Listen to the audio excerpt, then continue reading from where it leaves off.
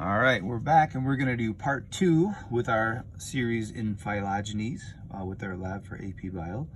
So we're going to call this one part 2. We're still going to make a phylogeny based on similarities.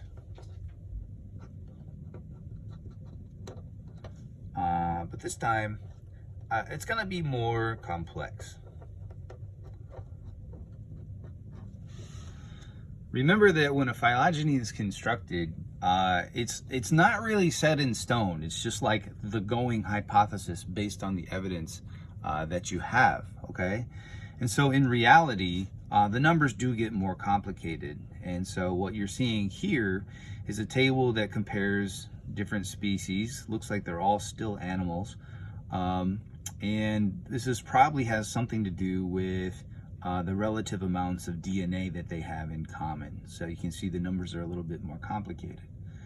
But remember, just like the last time, what we want to do is we want to try to start with our larger numbers and look where our bigger comparisons are. So if I look on this table a little bit and I just kind of scan for the biggest numbers, it looks like they get up into the 7s, and I can see one here that's about 7.9. There's a 7.59 there. That's a pretty big one. And it'll be good to kind of start with numbers about like that. So you can see they go up to about 7 or 8, right about there. And if I think about the number of species I've got 1, 2, 3, 4, 5, 6, 7, 8, 9, 10 species to keep track of. So if I use this table and I think to myself, okay, I'm going to create some tree, and let's get a blank sheet of paper here.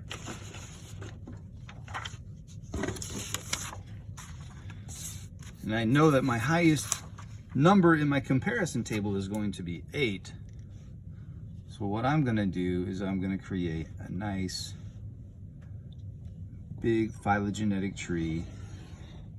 I'm going to go beyond 8 a little bit, and then I'm going to have basically little marks for these 8 things that they might have in common. So it's always good to kind of make your long branch, to consider your biggest number, and then in the way that you're making the X or Y axis in a graph, you do the same thing with this tree. Okay, so we'll add numbers here.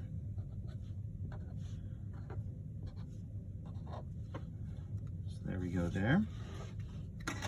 And remember, if we look at our comparison table, it looks like a bovine, which is basically a cow. If we take that cow and we compare it with, it's a little tough to see in my table, so I'll use my ruler. Looks like a cow and a mouse have quite a few things in common. So that'll be my starting point that I'll work with, okay? So I'm gonna go ahead and make my branch here. Remember, the similarity was about 7.9. So it's right about 7.9 or 8. And I'm gonna have mouse here and bovine here. And I'm just gonna put cow in parentheses just so you kind of visualize what we have. So we sort of have bovine and mouse taken care of. I'm going to kind of cross them out down here too, mouse and bovine. What about our next biggest numbers? So we've still got some 7s here associated with the bovine. There's 7.1, 7.0. Looks like I've got about 7.2 here. It's a really strong comparison with a mouse and a goat. 7.7 things that they have in common there. I think that this is probably the next place I'm going to go, is where I look at a mouse compared with a goat. So that's at a similarity of about 7.8. So I'm just going to go right down here not too far from mouse and show that a goat is right up here. And so it looks like we've got a pretty good cluster of animals that have a number of things that are in common in this group. Getting back to our table, goats taken care of. That comparison's taken care of. That older one is taken care of there. Our next biggest number is shown between a gallus and a lemur, and they're not even on our charts yet, so that's interesting. What if we compare a gallus with our original bovine? It looks like they have about 7 things in common there. And then if we compare lemur with bovine, that runs us into a little bit of trouble because we've got a significantly lower number there. So what we're gonna do is we're just gonna stick with our bovine line and compare with the lemur and go at about 5.7. And just keep in mind that this is a work in progress, okay? So if we compare the bovine with the lemur, we can say that the similarity resides about there. But once again, if you compared a gallus with a lemur, it looks like it's got about 7.6 things in common. So what you can do is you can just work your way up the branch here. So if this were 6 and this were 7 here, you could make a little sub branch like that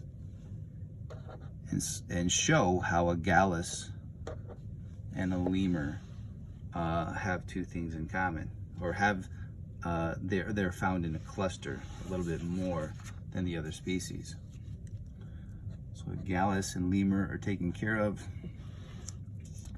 Where are we seeing some other stronger similarities? Do we have any more 7s shown here? Possum and goat shows a similarity of 7.2, and also rabbit and gallus show a similarity of about 7.2. So we need to account for these guys.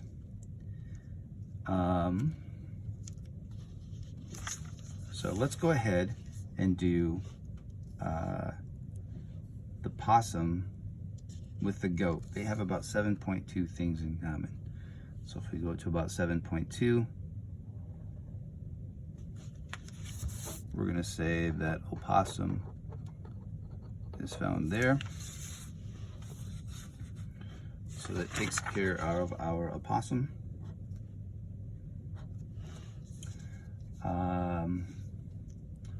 See if we have some other things here. We've got 7.2 here indicated by the similarities between a gallus and a rabbit.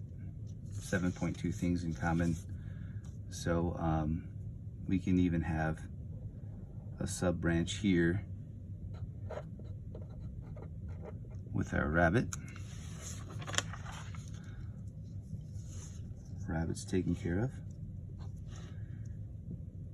And I think all of our 7s now are taken care of. We had one between a lemur and a gallus, that's taken care of. If we go back to bovine and opossum are taken care of. Bovine and gallus are taken care of. So we're good on the 7s. There are 86s left. Got 6.3, 6.4. And it looks like our next biggest number is going to be 6.4, and that's between a gallus and a mouse. So if this is still 6 here, we could go and make a branch. It said 6.4, I believe, so about there for a mouse. So we've got our mouse taken care of. And let's see, we've got several other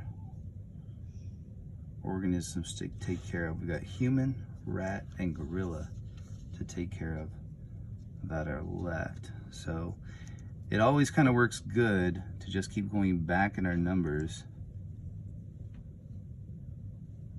So just go with the next biggest number back, and that just kind of takes care of things. So we got the 6.3 possum and rabbit, that's already been accounted for.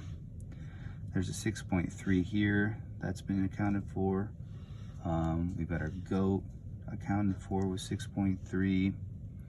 Where's our next biggest number? Getting some 5.7s here, and that's where we have a gorilla getting involved. Got a 5.7 there, but that rat and that goat's already taken care of.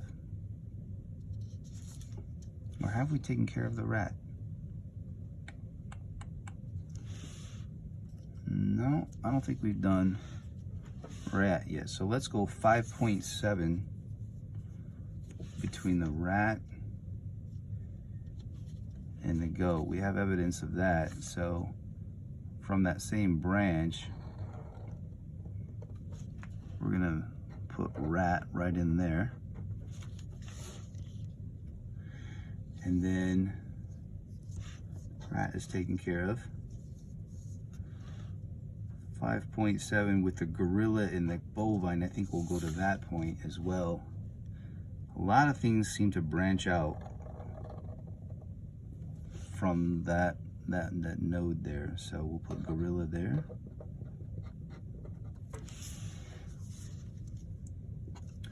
Our last one is human. What kind of similarities do we see? We see some strong similarities between the human and the Gallus, but there's a lot of 3s, 2, there's a 2 and a 4, and based on the averages that you see there, I think it's okay to have human stemming back about there. Now just keep in mind that this is a complex set of numbers, and there is kind of an art to it. So if you were to do this yourself, you may not come up with the same result, but you might come up with something similar. And if I remember in our lab, I asked you to do number 2, and I'm just going to give it to you here. We're going to say that number 2 is human, and a human in this case doesn't have a lot of features associated with a lot of these other organisms.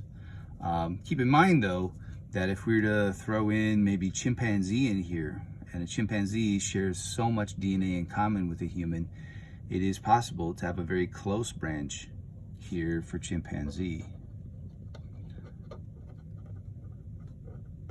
Okay. Another feature just to point out is that you can think of this as a timeline. So you can say as time moved on, this tells a story of how the species separated from each other. Okay?